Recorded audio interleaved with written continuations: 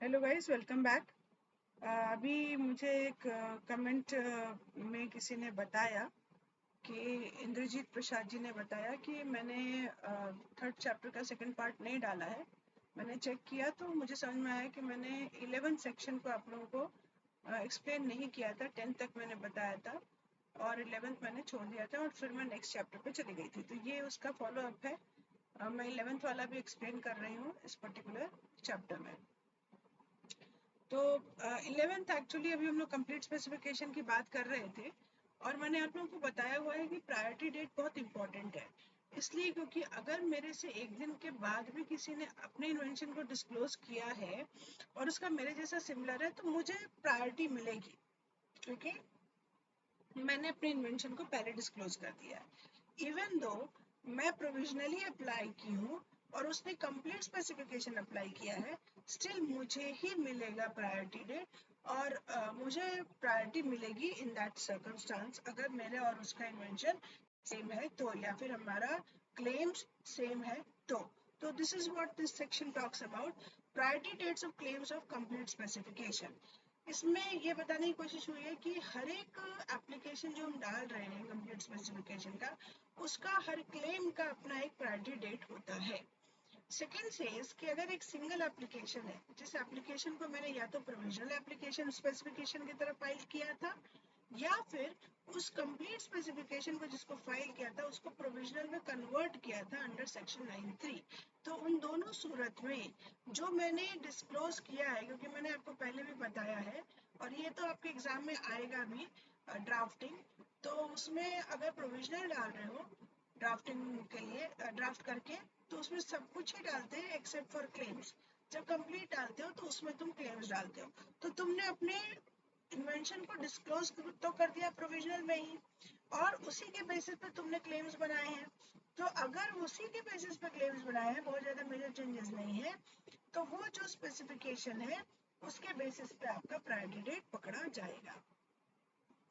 Section 3 says that complete specification, मान लो कि 2 या 3 एप्लीकेशन के बाद तुमने कंप्लीट स्पेसिफिकेशन डाला है और पहले स्पेसिफिकेशन में जो पहला स्पेसिफिकेशन या पहला और भी स्पेसिफिकेशंस है, उसको जिस पर्टिकुलर कंप्लीट स्पेसिफिकेशन में तुमने डिस्क्लोज किया है वो उसका प्रायोरिटी डेट हो जाएगा।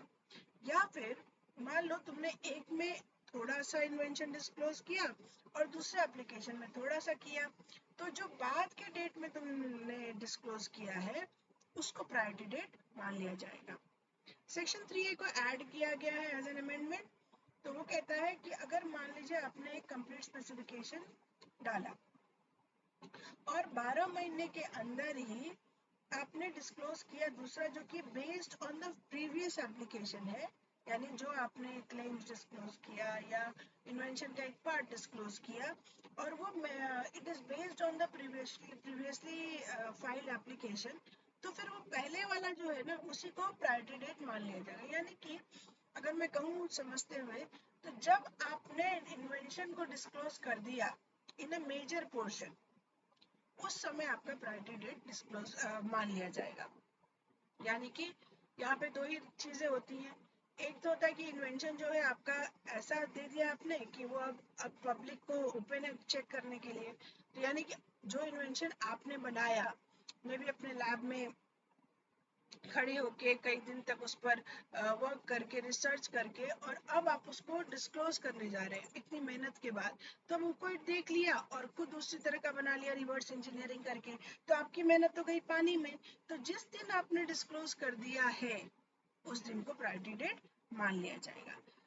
अगर मान लीजिए कि आपने एक एप्लीकेशन डाला और उसके परसुएंस पे फर्दर एप्लीकेशन डालते हैं, जो कि सेक्शन 16 में हमने डिस्कस किया हुआ है, क्योंकि ये बाद का है ना, एड ऑन है ये वीडियो, तो वो आपको इमीडिएटली मिल भी जाएगा। तो फिर जो अर्लियर स्पेसिफिकेशन हो, चाहे वो कंप्लीट हो चाहे प्रोविजनल हो, जिसमें भी आपने डिस्क्लोज कर दिया है उस डेट को ही प्रायोरिटी डेट मान लिया जाएगा। अगर मान लीजिए कि foregoing provisions है of this section, any claim of complete specification but for the provisions of subsection has 2 or more priority days, किसी कारण से एक complete specification में 2 या 2 से ज्यादा priority date है, मैं आपको एक एग्जांपल की तरह दूंगी, जैसे कि मान लीजिए कि एक मोबाइल है और मोबाइल में एक एप्लीकेशन है जो कि कैमरा है। कैमरा जो है वो इंस्टेंस में 360 डिग्रीज आपका कैप्चर करता है, और उसी कैमरा को आपने पैनोरामा का एक वो दे दिया है बाद में, तो वो 2 और मोर प्रायोरिटी डेट्स उसके हो सकते हैं। तो जो अर्लियर या अर्लीस्ट डेट है उसको ही प्रायोरिटी डेट मान लिया जाएगा, ठीक है। बट एक ही समय में ये इसका अपोजिट जाता है, जब पार्टली 1 और पार्टली 2 में आपने किया है तो जिस लेटर में आपने डिस्क्लोज किया है उसको मान लिया जाएगा।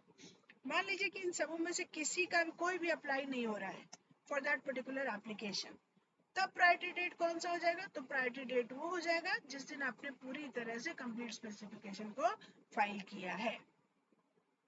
हमने आगे के सेक्शन यानी सेक्शन 16 में पोस्ट डेटिंग और एंटी डेटिंग की बात की है, तो जैसा डेट रहेगा उस हिसाब का प्रायोरिटी डेट मान लिया जाएगा, यानी कि उसको पोस्ट डेटिंग करा दिया आपने अंडर सेक्शन 9 या फिर 17, या फिर एंटी डेटिंग करा दिया आपने अंडर 16, तो फिर एंटी डेटिंग तो पहले का हो गया, पोस्ट डेटिंग तो बाद का हो जाएगा। Section 8, clause 8 of 11 talks about a claim in a complete specification. जो आपने क्लेम किया है वो इस बेसिस पे उसको आप कंट्रोलर रिजेक्ट नहीं कर सकता है या इनवैलिड नहीं मान सकता है, जस्ट बिकॉज आपने जिस दिन इसके लिए फाइल किया उस दिन ही आपने इसके लिए एक पब्लिकेशन भी डाल दिया करने के लिए। तो यहाँ क्या हो गया, आपने पहले, आपको याद होगा कि जो चीज़ पब्लिश हो जाती है वो एक्चुअली आपके प्रायर आर्ट में आ जाती है, और आपसे आपके डिस्क्लोज करने के पहले या तो आपने खुद से या किसी के थ्रू या किसी और ने वो एक्चुअली इन्वेंशन डिस्क्लोज किया हुआ है, तो फिर आपको प्रायोरिटी डेट नहीं मिलती है, आपको इन्वेंशन नहीं मिलता एज अ पेटेंट। तो यहाँ पर ये कहना ये चाह रहा है कि जिस दिन आपने डाला, जिस दिन का आपका प्रायोरिटी डेट है, या तो उस दिन या उस दिन के बाद आपने उसको पब्लिकेशन कर दिया या फिर उसको यूज कर लिया किसी मेला में, किसी जगह पे, या कमर्शियली प्रोड्यूस किया है कहीं पे, तो फिर उसके बेसिस पे ये नहीं कहा जा सकता है कि आपको रिजेक्ट किया जा रहा है आपके इस क्लेम को, ठीक है।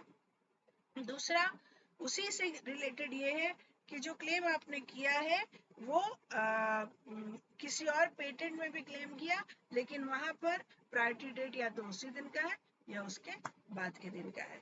So we stop over here. This particular chapter is complete right now. Section 11 मैंने जब डाल दिया इसमें तो 3rd चैप्टर कंप्लीट हो गया है। Thank you so much.